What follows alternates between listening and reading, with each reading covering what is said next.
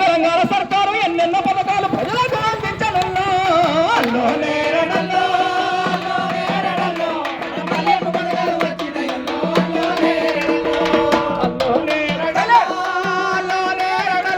మన పల్లెకు పథకాలు వచ్చినాయిల్లో అల్లో నేరడల్లో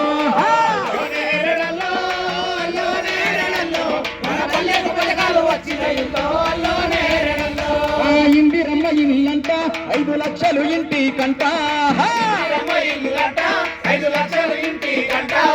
ఆరోగ్యశ్రీ పథకమంట 10 లక్షలు ఇచ్చునంట